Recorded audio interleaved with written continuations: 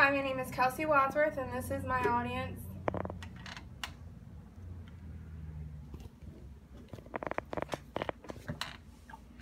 As a little girl, my favorite toy to play with was my Barbie doll. And to be more specific, my pop star Barbie doll. My Barbie, who I named Posh because I was obsessed with Posh Spice, was my most valuable toy. From the accessories, cars, and even friends and siblings, Barbie Posh had it all. Yes, I'm sure you've heard of her, right? The Barbie, the most successful doll that has ever been created and almost every young girl's best friend and role model. Almost all has heard and even played with a toy doll called Barbie. And I'm not just referring to girls, boys as well. The Barbie doll has been made in different versions, over 150 different career choices, one that everyone would be able to connect to. Throughout the years, Barbie had accomplished big sales, but also a lot of controversy. In March 1959, Barbie was displayed for the first time ever at the American Toy Fair Convention in New York City. Barbie was 11 inches tall, long blonde hair with adult-like features, and was sold for $3. In the 1950s, most children's toys represented infants, so many were hesitant towards the Barbie doll. She was the first toy doll to look in the United States to ever look like this.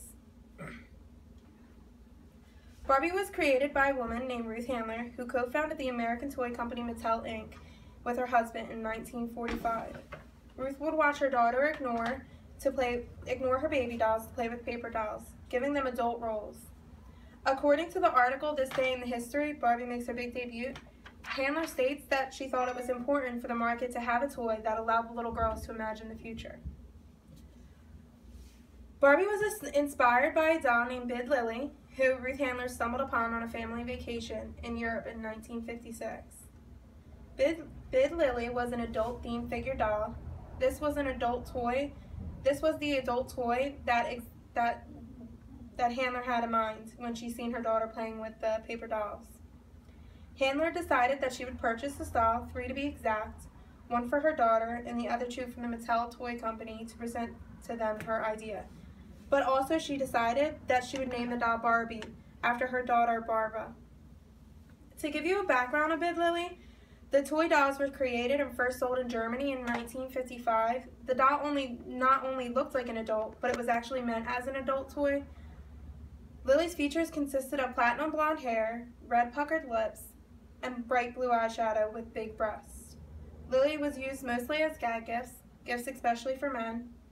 At first, you could only purchase a Bid Lily doll at either an adult-themed toy shop or a tobacco store. Men used these dolls for like bachelor parties. When the public found out that Barbie's appearance was based off a Bid Lily doll, it caused a lot of commotion. Parents were questioning, was this a toy that my children should play with?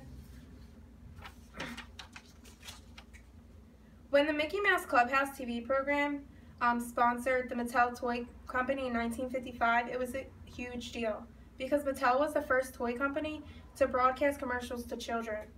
This helped Mattel promote the Barbie doll even more, which skyrocketed the sales. According to This Day in the History, Barbie Makes Her Big Debut. This enormous consumer demand for the doll led Mattel to release the boyfriend for Barbie. In 1961, everyone got to meet Ken, Barbie's boyfriend. Handler named Ken after her son. In 1963, Best Friend Midge was released, and then the following year, Best Friend Skipper was released. Barbie kept growing throughout the years with all of us, and I think it's even safe to say that Barbie felt the feelings we felt: happiness, accomplishment, and heartbreak. Yes, heartbreak. Mattel made Barbie relate to real-life events. In 2004, when Britney Spears and Justin Timberlake split up, so did Barbie and Ken. Not until recently, 2011, did they finally get back together. Barbie developed into more than just a doll and clothes. It had started to develop into books, young girls' apparel, cosmetics, video games. Barbie even appeared in a series of animated films. In 1999, Barbie and friends appeared in Toy Story 2, having a dance party in the aisle of the toy store, but also as tour guide Barbie. Then in 2010, Barbie appeared again, this time in Toy Story 3. Barbie wasn't the only one who played a role. Ken did too. Throughout the years, Barbie had accomplished big sales and a lot of controversy. For example, Mattel came out with a pregnant Midge. Parents thought that Midge was much too young to be pregnant and were left confused on why Mattel might agree to a doll that could encourage teen pregnancy.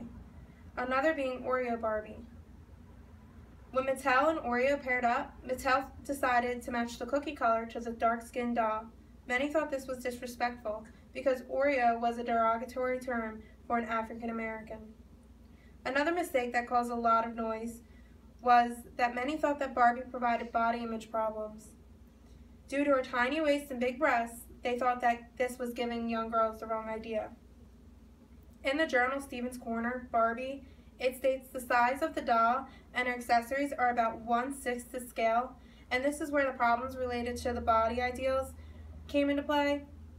It was realized early on that Barbie's vital statistics translated into adult shape, which would give her a chest of 36 inches, a waist of 18 inches, and hips 33 inches.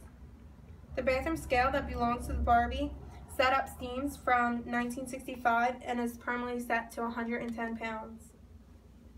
Researchers in Helsinki soon calculated that Barbie would obviously lack the body fat necessary to menstruate, and already in 1963, the outfit Barbie Babysits came with a book entitled How to Lose Weight, and with the obvious recommendation on it, it said, "Don't eat." The producer argued that Barbie was thin because her clothes would add bulk to her figure, but later producers would give in, and in 1997, Barbie was redesigned to have a wider waist. There were many more negative mistakes that Mattel made, but it seems that the positive outweighs it all. For example, many people, especially women, saw that Barbie was changing the traditional 1950s gender role, providing the doll with a ton of different jobs, such as doctor, pilot, astronaut, Olympian athlete, and even a U.S. presidential candidate. In the 1950s, men only played these roles in the work environment.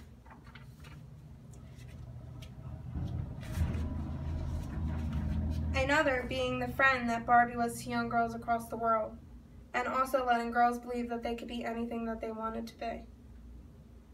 Though the Barbie doll had some hiccups in the road, I think there was much more to the Barbie than all of us thought. Barbie was more than just a doll. She is a friend, a role model, someone that everyone was able to feel a connection to, someone that has been there through it all, when us girls had the stage where we wanted to be a cheerleader, a doctor, an astronaut, or like myself, a pop star.